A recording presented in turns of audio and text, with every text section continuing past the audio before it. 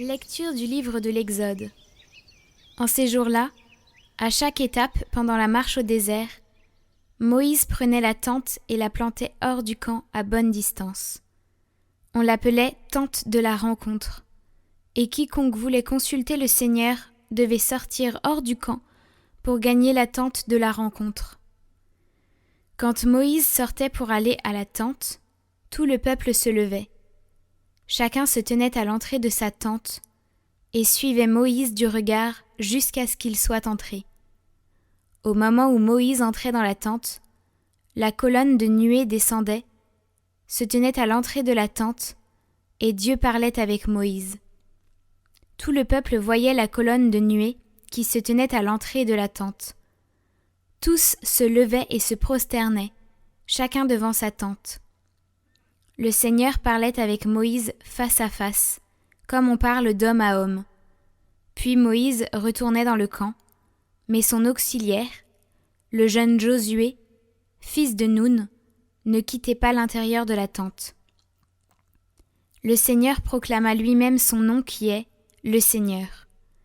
Il passa devant Moïse et proclama : le Seigneur, Dieu tendre et miséricordieux, lent à la colère, plein d'amour et de vérité, qui garde sa fidélité jusqu'à la 1000e génération, supporte faute, transgression et péché, mais ne laisse rien passer, car il punit la faute des pères sur les fils et les petits-fils, jusqu'à la 3e et la 4e génération. Aussitôt, Moïse s'inclina jusqu'à terre et se prosterna. Il dit : S'il est vrai, mon Seigneur, que j'ai trouvé grâce à tes yeux, daigne marcher au milieu de nous. Oui, c'est un peuple à la nuque raide, mais tu pardonneras nos fautes et nos péchés, et tu feras de nous ton héritage. Moïse demeura sur le Sinaï avec le Seigneur 40 jours et 40 nuits. Il ne mangea pas de pain et ne but pas d'eau.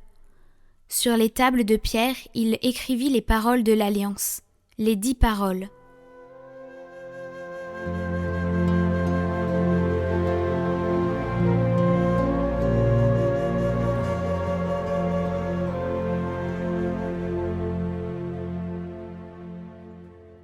Le Seigneur est tendresse et pitié.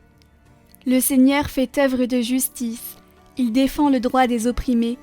Il révèle ses desseins à Moïse, aux enfants d'Israël ses hauts faits. Le Seigneur est tendresse et pitié, lent à la colère et plein d'amour. Il n'est pas pour toujours en procès, ne maintient pas sans fin ses reproches. Il n'agit pas envers nous selon nos fautes, ne nous rend pas selon nos offenses. Comme le ciel domine la terre, fort est son amour pour qui le craint. Aussi loin qu'est l'Orient de l'Occident, il met loin de nous nos péchés. Comme la tendresse du Père pour ses fils, la tendresse du Seigneur pour qui le craint.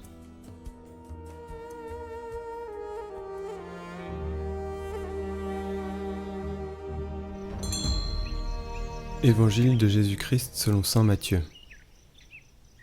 En ce temps-là, laissant les foules, Jésus vint à la maison.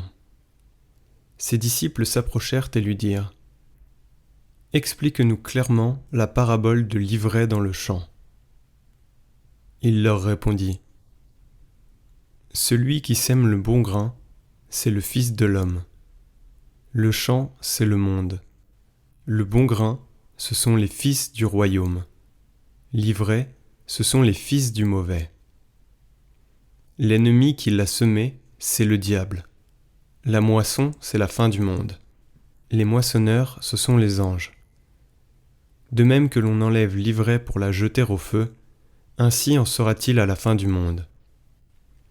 Le Fils de l'homme enverra ses anges, et ils enlèveront de son royaume toutes les causes de chute et ceux qui font le mal. Ils les jetteront dans la fournaise. Là, il y aura des pleurs et des grincements de dents. Alors les justes resplendiront comme le soleil dans le royaume de leur Père. Celui qui a des oreilles, qu'il entende.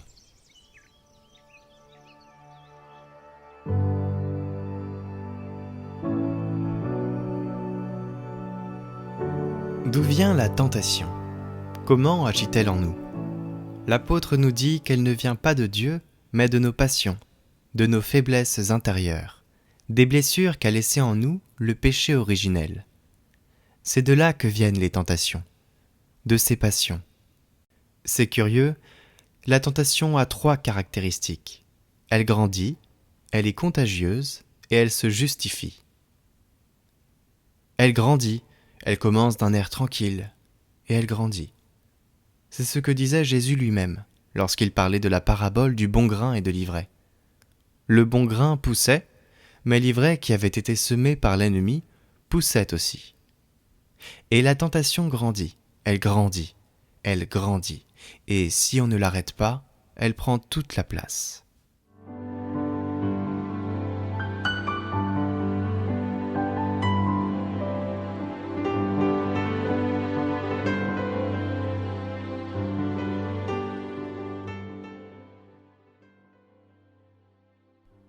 Au nom du Père, du Fils et du Saint-Esprit. Amen.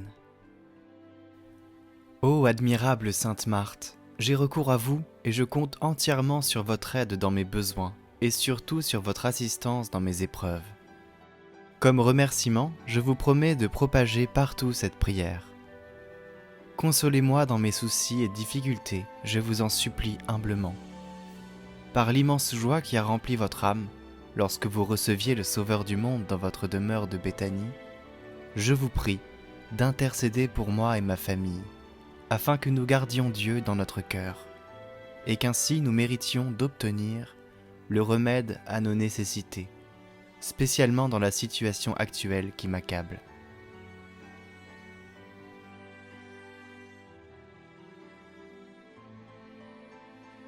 Je vous en supplie, auxiliatrice dans tous les besoins, aidez-moi à surmonter les difficultés, vous qui avez si victorieusement combattu le démon.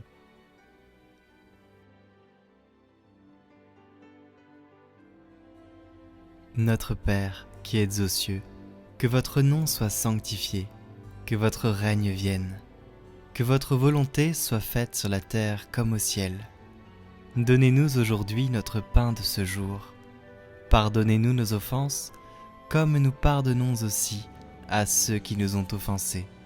Et ne nous laissez pas entrer en tentation, mais délivrez-nous du mal. Amen. Je vous salue Marie, pleine de grâce, le Seigneur est avec vous. Vous êtes bénie entre toutes les femmes, et Jésus, le fruit de vos entrailles, est béni. Sainte Marie, Mère de Dieu, priez pour nous, pauvres pécheurs, maintenant et à l'heure de notre mort. Amen. Gloire au Père et au Fils et au Saint-Esprit, comme il était au commencement, maintenant et pour les siècles des siècles. Amen.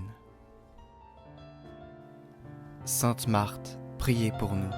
Sainte Marthe, priez pour nous. Sainte Marthe, priez pour nous. Amen. Le Seigneur est tendresse et pitié, lent à la colère et plein d'amour. Sa justice demeure à jamais. Bénis le Seigneur.